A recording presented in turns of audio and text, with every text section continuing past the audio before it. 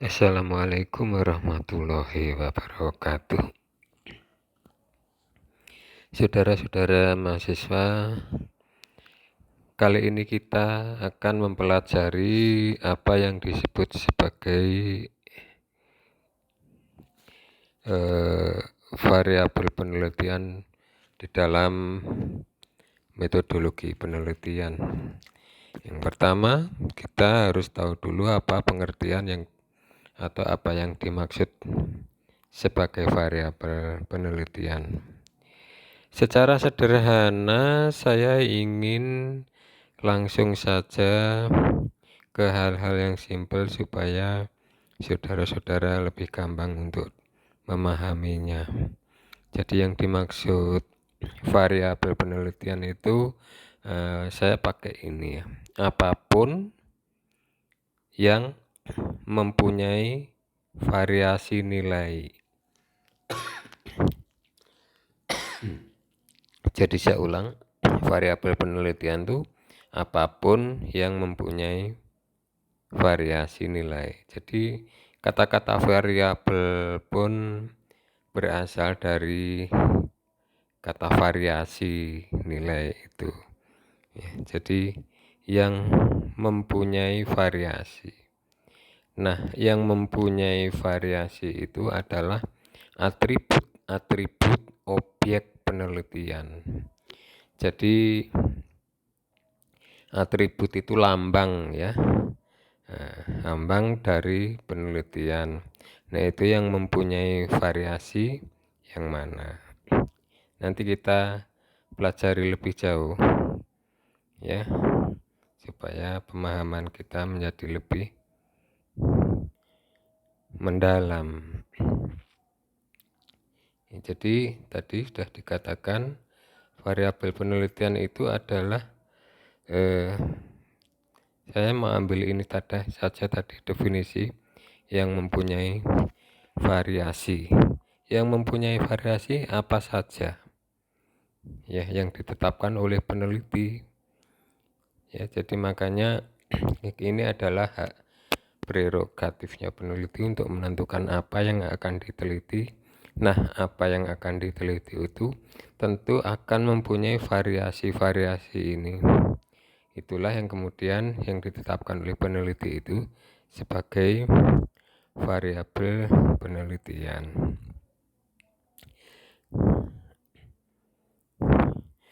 Variabel penelitian secara keilmuan dibagi menjadi ada 1, 2, 3, 4, 5. Ya, yang pertama disebut variabel independen, dependent, moderating, intervening, dan variabel kontrol.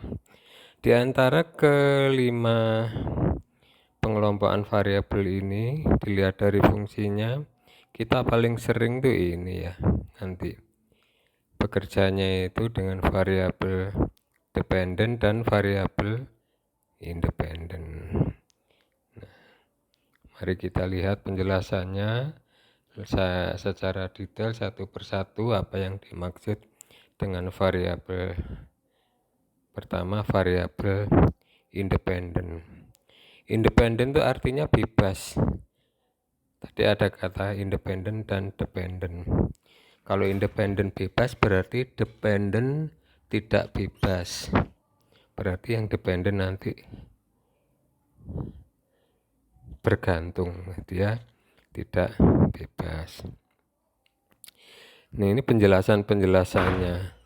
Nanti langsung saya beri contoh ke suatu judul proposal mahasiswa angkatan kakak kelas saudara ya. Jadi berdasarkan langsung pada contoh nanti Anda akan semakin jelas pemahamannya. Apa yang dimaksud dengan variabel independen dan variabel bebas dan variabel dependen. Saya beri contoh dulu. Kalau Anda membuat judul pengaruh A itu perlakuan ya di proposal Anda terhadap pertumbuhan dan hasil, misalnya begitu, maka yang dimaksud variabel bebas itu adalah perlakuan ini. Ini yang dimaksud variabel bebas. Tuh. Jadi dia terbebas, tidak dipengaruhi oleh, jadi dia sudah ditentukan oleh peneliti. Sedangkan kalau variabel dependent atau bergantung, ya, adalah, jadi kalau judulnya pengaruh perlakuan terhadap pertumbuhan dan hasil, maka yang dimaksud dengan variabel bergantung itu ini dan ini, pertumbuhan dan hasil. Biasanya variabel bergantung itu dinyatakan dengan Y. Kalau ada dua begini berarti ini diberi kode Y1, ini diberi kode Y2. Jadi pada judul ini misalnya perlakuan A terhadap pertumbuhan dan hasil. Nah, kalau variabel independennya biasanya diberi kode X. Ya, diberi kode X. Jadi dengan contoh yang saya berikan maka Anda gampang memahami bahwa variabel penelitian itu berarti sudah tampak di judul skripsi Anda ataupun di judul proposal Anda. Maka dari bunyi judul proposal Anda atau skripsi Anda bisa menentukan mana yang variabel bebas dan mana yang variabel bergantung. Yang ketiga ya, variabel moderat atau moderat variabel. Ini kalau kita membaca definisinya, ini definisinya, ya, mungkin agak bingung. Bunyinya kan faktor yang diukur, dimanipulasi, dipilih oleh peneliti untuk mengetahui apakah variabel tersebut mengubah hubungan antara. Nah, kata kuncinya ini, apakah variabel itu mengubah hubungan antara X, Y. X itu independen, Y itu dependen tadi ya, di contoh di atas. Ini langsung saja untuk mempermudah pengertian, saya langsung memberi contohnya ini. Contohnya ada hipotesis bunyinya, ada hubungan promosi di media televisi, ini ya. Maka dari judul begini atau hipotesis begini maka bisa ditentukan bahwa variabel bebasnya promosi. Ya, kenapa? Karena promosi ini perlakuan. Tadi sudah saya jelaskan. Sedangkan variabel bergantungnya adalah kesadaran menggunakan. Ya. Ini kesadaran menggunakan. Jadi ini Y, ini X. Ya, jadi Anda perhatikan ada variabel bebas, ada variabel bergantung. Nah, kita mau tahu ini ada sesuatu yang disebut variabel moderat. Kita lihat nih, variabel moderatnya media promosi. Ya, saya hapus dulu. Jadi bahwa ternyata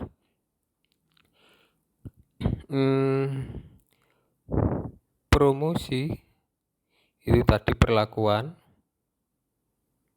variabel bebas, kesadaran itu tadi variabel bergantung Y.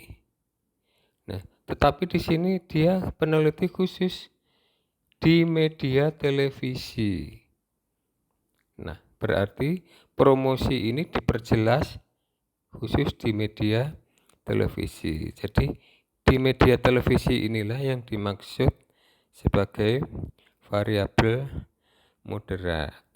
Jadi kenapa? Karena sebenarnya promosi itu sendiri bisa di televisi, bisa di radio, ya, bisa di sosial media. Nah, tetapi peneliti hanya memilih di media televisi. Nah, dikatakan di sini, apakah ini media televisi ini akan mengubah hubungan antara variabel bebas dan variabel bergantung. Berarti pada kasus ini sebenarnya sebelum dari hasil-hasil penelitian itu sudah ada kesimpulan bahwa promosi, ya, yaitu X itu mempengaruhi hasil Y, kesadaran Y, ya, X mempengaruhi. Ini sudah diteliti sebelumnya. Jadi promosi gitu. Promosi secara garis besar. Nah, kita tahu tadi promosi ada macam-macam. Nah, kemudian peneliti hanya mengambil salah satu saja, yaitu yang mempengaruhi media televisi. Nah, disinilah maka media televisi menjadi variabel moderat. Tetapi saudara-saudara tidak usah bingung bahwa pada penelitian utamanya itu yang paling penting adalah variabel bebas mempengaruhi variabel bergantung ini saja. Jadi ini pokok harus ada. Apa mempengaruhi apa. Bahwa nanti ada variabel-variabel yang tadi ada moderat, kemudian ini variabel pengganggu, ya. Ini hanya tambahan. Jadi jangan mengganggu pikiran pemahaman Anda. Ini contoh-contoh variabel pengganggu. Saya jelaskan. Misalnya saya ambil contoh yang di bawah ini. Layanan yang baik mempengaruhi kepuasan pelanggan. Ini penelitian di ekonomi, ya. Nah, berarti apa ini? Yang pertama, layanan. Ini X-nya. Mempengaruhi kepuasan pelanggan. Ini Y-nya. Ya, layanan yang baik. Sorry. Diperluas dulu. Layanan yang baik, ini X-nya. Kepuasan pelanggan, ini Y-nya. Ya, jadi lalu kok ada variabel pengganggu, yaitu di sini disebut sebagai kualitas produk. Padahal di sini di judul tidak ada. Nah, berarti ciri dari variabel pengganggu itu dia tidak muncul di judul, ya. Dia tidak muncul di judul, tetapi kualitas jasa ini menjelaskan X-nya. Jadi dia menjelaskan X-nya. Layanan dengan kualitas jasa akan mengganggu tingkat kepuasan. Ya, jadi itu yang dimaksud dengan variabel pengganggu. Variabel pengganggu ini dia tidak muncul di judul, tidak ada di judul, tetapi kita tahu bahwa layanan itu tergantung kualitas produk atau kualitas jasa layanan itu yang dia tidak muncul di judul. Nah, dia akan mengganggu. Ya. Lanjut. Ini ada lagi variabel kontrol. Saya langsung ke contoh saja. Contohnya ini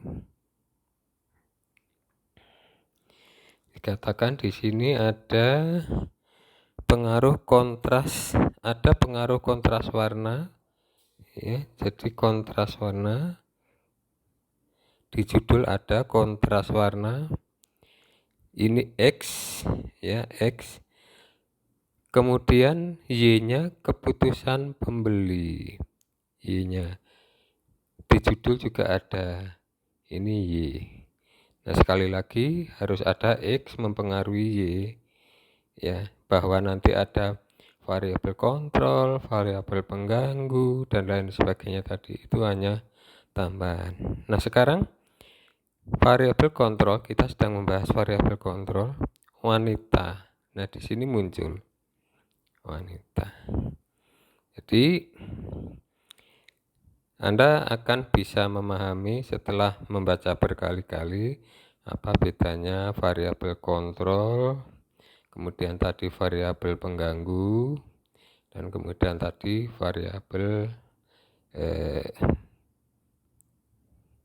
moderat. Ya, jadi dengan mempelajari contoh-contohnya. Saudara-saudara, variabel itu tadi supaya bisa terlaksana harus apa yang disebut ini, harus dioperasionalkan, ya, harus bisa dioperasionalkan. Tujuannya apa? Agar lebih mudah dicari hubungannya. Jadi kalau judulnya misalnya perlakuan dosis pupuk, perlakuan dosis pupuk N terhadap hasil, ya, maka ini harus diterjemahkan. Yang dimaksud dengan mengoperasionalkan variabel ini kan variabel X, ini variabel Y. Kalau masih berbunyi kasar dosis pupuk N dan hasil, ya, masih belum jelas, belum bisa operasional. Supaya operasional, masing-masing ini harus diterjemahkan. Jadi bagaimana caranya? Ini yang mau dijelaskan. Secara singkat, kalau langsung berhubungan dengan proposal skripsi saudara, Anda mesti yang dimaksud mengoperasionalkan itu hasil. Maka hasil itu harus didefinisikan.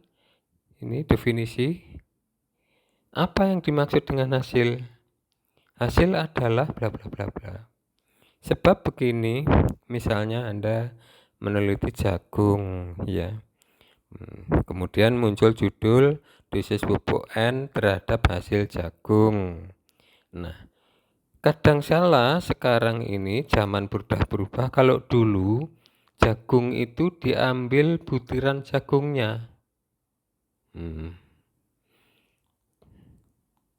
Maka yang dimaksud hasil adalah butiran-butiran jagung yang sudah kering yang untuk pakan ternak itu.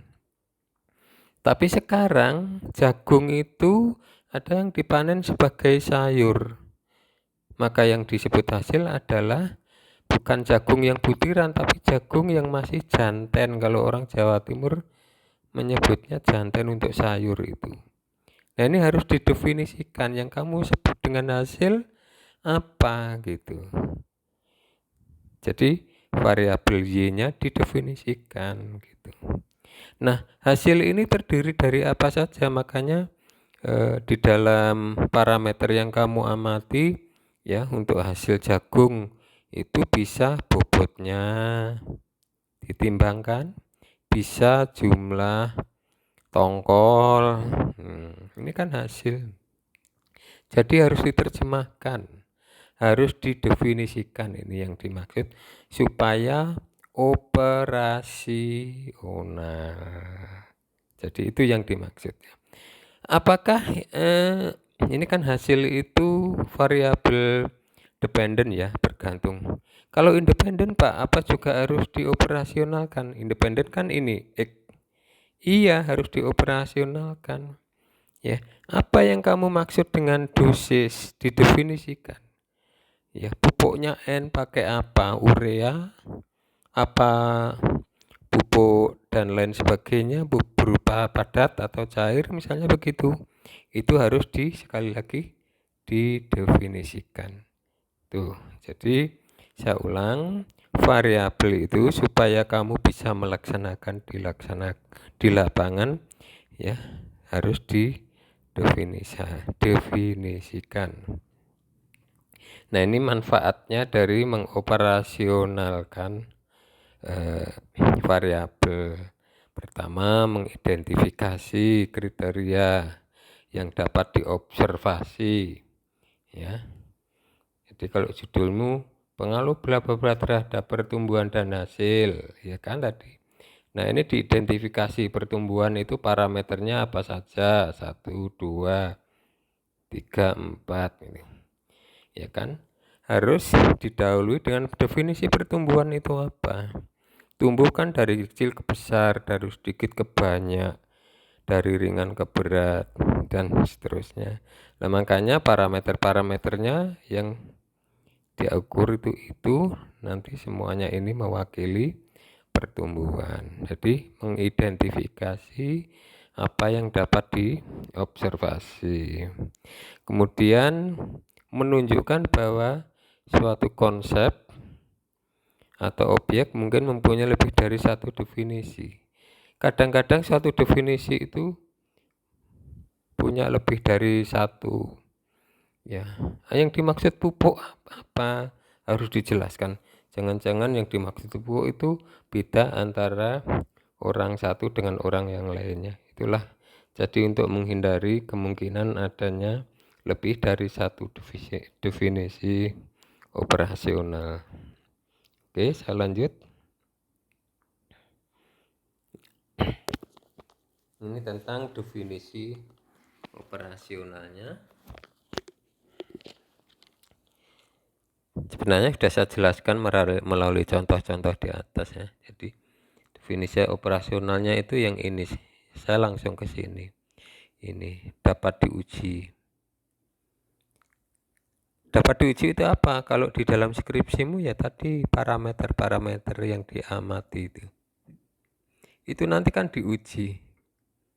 Tinggi tanamannya disidik ragam ya kan? Nah, itu diuji. Kalau bedanya tadi dilanjutkan dengan uji di MRT misalnya begitu. Nah, itu gejala-gejalanya itu gejala-gejala yang diamati dapat diuji. Paham ya? Lanjut. Ini yang saya blur, kita lewati saja.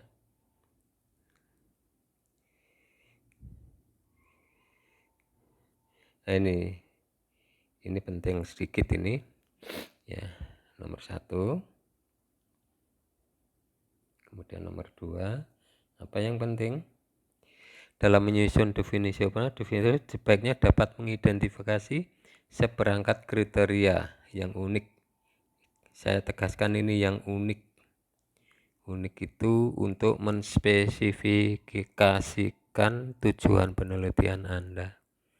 Ya, jadi makanya untuk mempersempit tujuan penelitian. Ya, kemudian yang kedua, semakin unik, maksudnya semakin unik itu semakin kecil. Maksudnya apa toh Pak? Gini ya, misalnya pupuk. Anda tadi X-nya pupuk. Pupuk itu kan misalnya tadi contohnya N, urea. Ya. Orang memupuk urea itu ada teknik-tekniknya. Bisa dosisnya, jumlah, ya, bisa cara memberikan, ya. Cara itu kan ada yang disebar. Kalau menanam padi sawah itu urea disebar. Tapi kalau menanam tadi jagung biasanya ditugal atau dilari. Nah, cara berarti masalah cara ada disebar, ada dilari.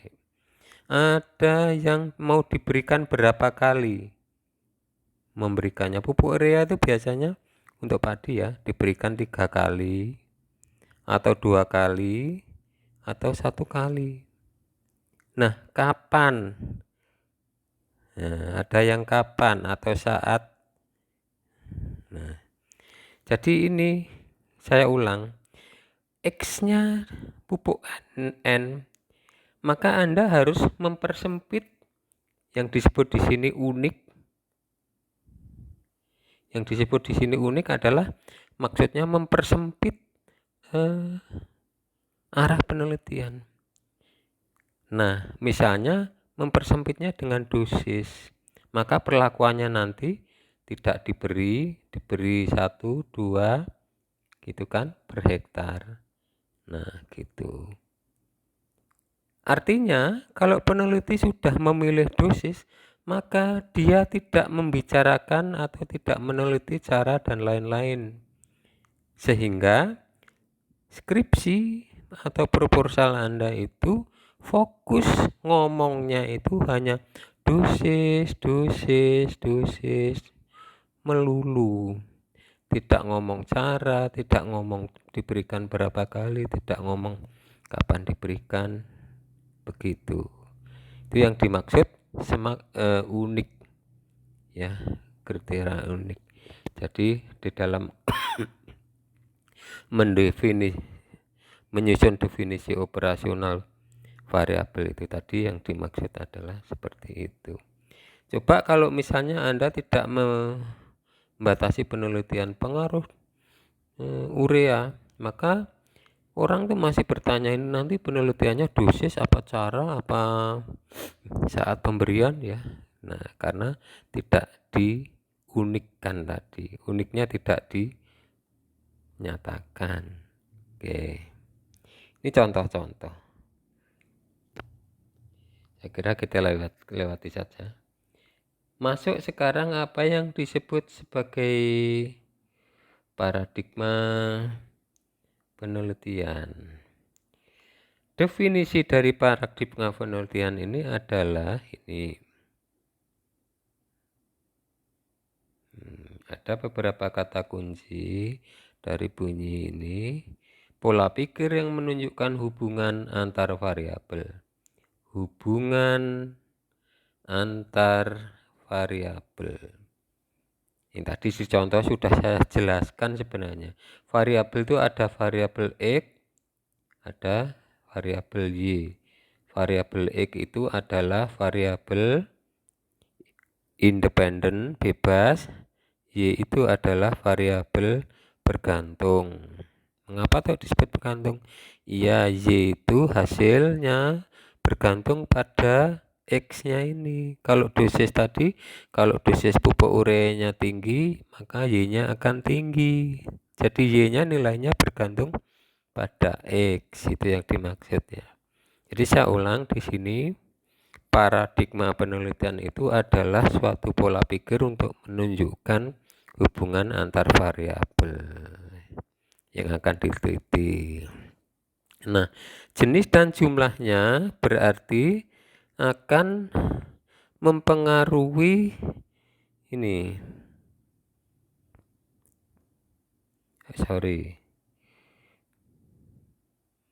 Akan mempengaruhi ini. Apa itu?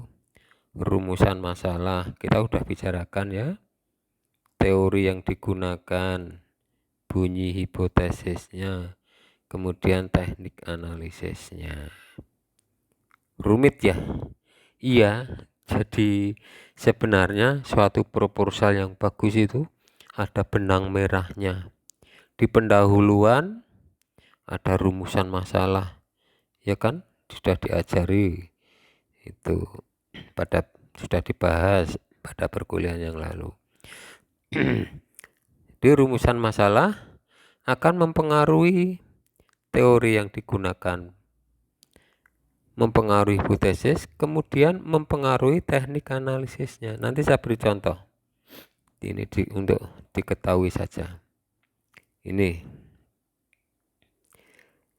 paradigma itu ada yang sederhana, disebutnya paradigma sederhana. Disebut paradigma sederhana oleh karena X hanya mempengaruhi Y. Sederhana banget, ya. X itu variabel independen, bebas, Y-nya bergantung, dependen. Maka dari dampak ini akan mempengaruhi hal-hal di pertama, jumlah rumusan masalahnya ada 2, ya. Bagaimana X, bagaimana Y, ya, itu. Terus asosiatifnya ada 1. Jadi bagaimana X, bagaimana Y. Kalau asosiatif itu ini di anak panahnya ini, ya kan? Jadi masing-masing gambar, saya ulang, itu jalurnya, gambarnya ini sederhana, itu X mempengaruhi Y, maka tadi dikatakan dampaknya pertama bagaimana X, bagaimana Y, asosiatifnya ada 1, nah, tanda panahnya ini. Bagaimana pengaruh atau hubungan X dengan Y. Nah, ini secara statistika itu kan ada model regresi itu ya. A plus BX plus CX kuadrat dan seterusnya. Nah, yang ini saya keluhkan bahwa hampir skripsi kakak kelas saudara itu belum pernah ada yang membuat regresi kayak begini. Jadi belum pernah sampai di sini. Jadi kebanyakan baru di sini. Baru deskriptif. Ya, sederhana. Kita berharap saudara-saudara mampu menentukan bentuk asosiatif ini. Ya, jadi paradigma sederhana itu pertama mengenai jumlah rumusan masalahnya. Kedua mengenai jumlah teori yang digunakan. Ada 2. Apa saja? Teori tentang X. Jadi kalau saudara X itu tadi adalah dosis pupuk urea N, maka Anda harus menggunakan teori-teori tentang pupuk urea. Berapa dosisnya? Rumus kimianya apa? Kandungannya berapa? Teori-teori tentang X Anda tulis di skripsi itu. Ya, ada 2. 1. Yang kedua, teori-teori tentang Y. Ini Y.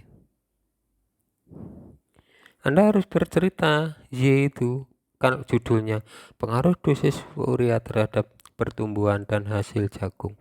Anda harus bercerita pertumbuhan jagung itu bagaimana teorinya. Ini kan di perkuliahan ini. Anda harus bercerita teorinya hasil jagung itu bagaimana. Inilah yang mengisi yang saya jelaskan ini merupakan isi dari skripsi. Jadi skripsi Anda harus dipenuhi oleh teori-teori ini. Skripsi yang bagus isinya menjelaskan variabel-variabel yang sudah ditetapkan oleh peneliti, ya, tidak menjelaskan oleh hal lainnya, ya. Jadi tadi jumlah rumusan, kedua teori yang digunakan, yang ketiga sekarang ini, ya, mengenai jumlah hipotesisnya ada 2 macam, hipotesis deskriptif dan hipotesis asosiatif. Ya, ini kan sama dengan tadi, dengan yang di atas ini.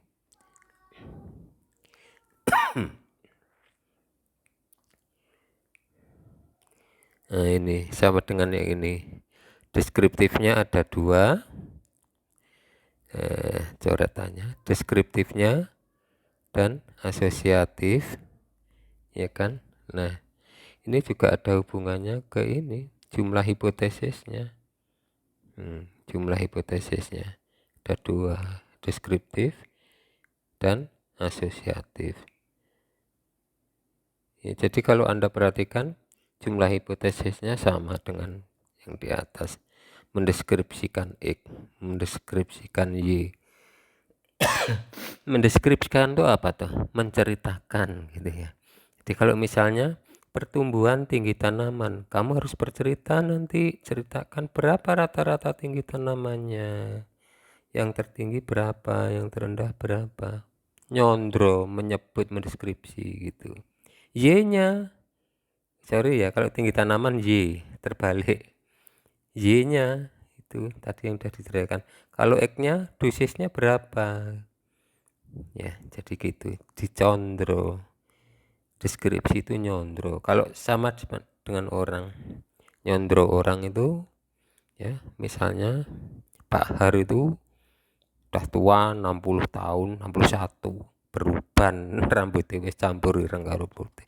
Itu mendeskripsi bahwa kalau ada orang kok rambutnya hitam semua, wah itu bukan Pak Har, apalagi umurnya masih 16 tahun. Nah, itu mesti bukan Pak Har.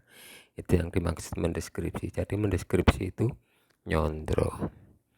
Nah, yang kedua hipotesis asosiatif. Adakah hubungan antara X dengan Y tadi?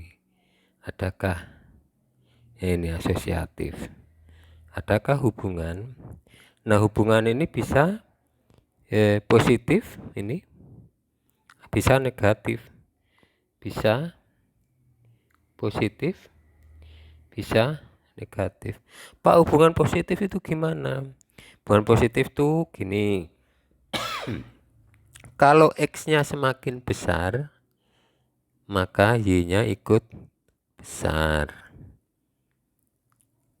Kalau negatif, Pak, kalau negatif, misalnya X-nya semakin besar, maka Y-nya malah menurun. Begitu. Ya, jadi ini harus nanti hasilnya hubungannya positif atau negatif gitu. Ya, jadi itu mengenai jumlah hipotesis. Sekarang teknik analisis. Nih, teknik analisisnya.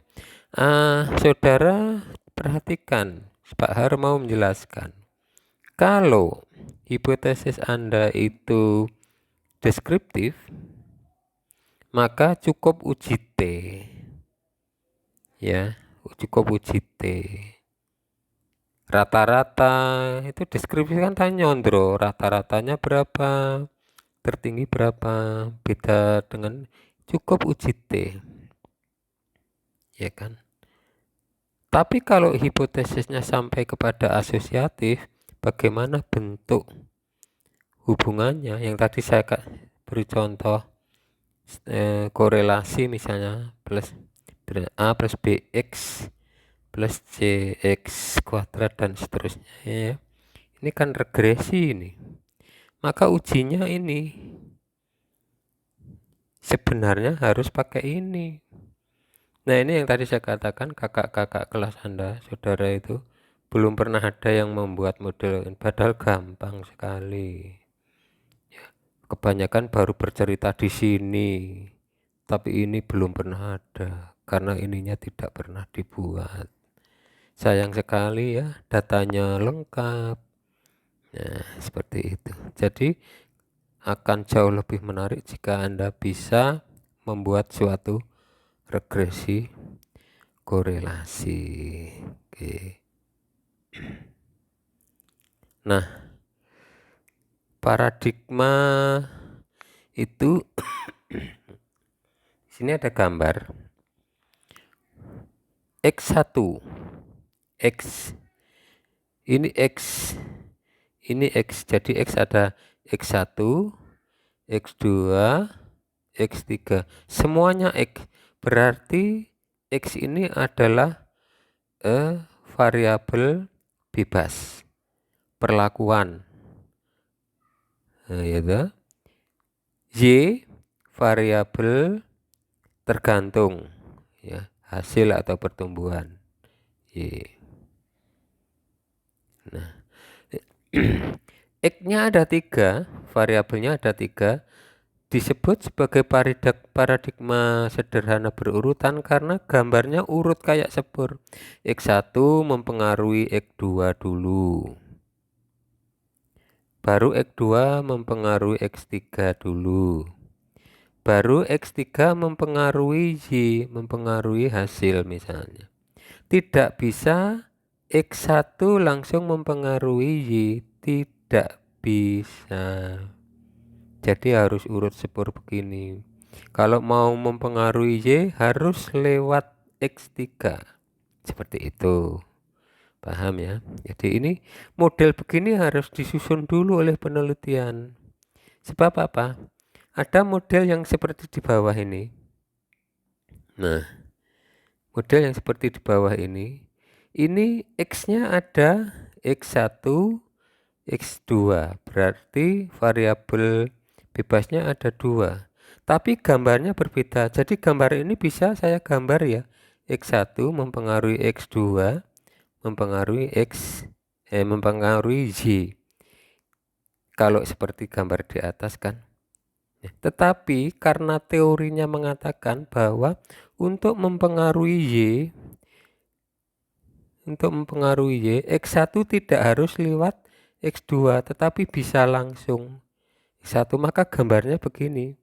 X1, X2, X1 bisa langsung mempengaruhi Y, X2 bisa langsung mempengaruhi Y, gitu. Ya, jadi X1 kalau di penelitian saudara misalnya faktor 1, faktorial ya, faktor 1, kemudian X2 itu misalnya faktor 2. Nah ini apa Pak ini? Ini apa Pak ini? Saya hilangkan dulu supaya jelas. Ini apa Pak ini? Ini artinya X1 barengan dengan X2 mempengaruhi Y. Jadi cara mempengaruhinya tidak kok sendiri-sendiri X1 sendiri, X2 sendiri tidak. Tetapi X1 barengan X2. Nah, jadi sama-sama mempunyai 2 variabel X, 1 variabel Y. Ini gambarnya bisa Y, gambarnya bisa gini, gambarnya bisa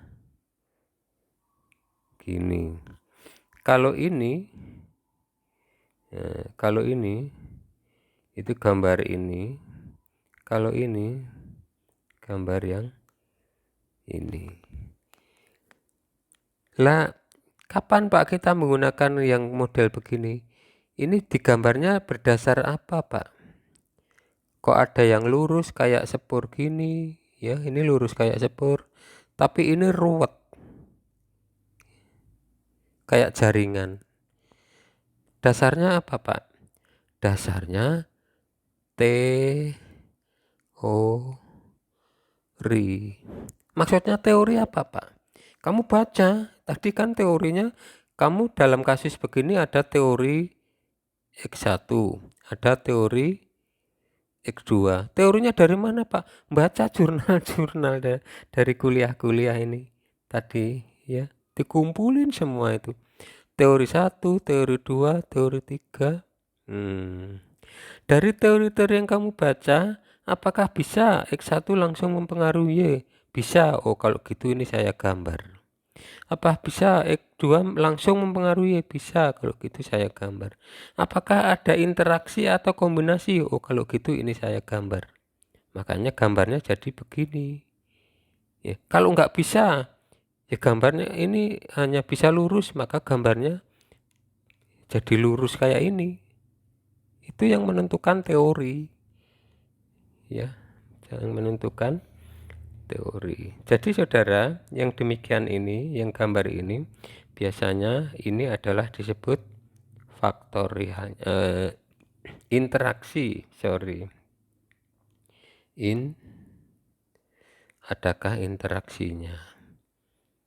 Ya, Jadi kalau Anda mempunyai judul pengaruh A dan B terhadap pertumbuhan dan hasil, maka hipotesisnya pengaruh A akan begini, pengaruh B akan begini. Nomor 3, ada interaksi. Lah ini, ada interaksi antara A dan B terhadap Y, gitu ya. Ya, itu. Saudara, ini penjelasan saya. Semoga bisa dipahami. Terima kasih atas perhatiannya.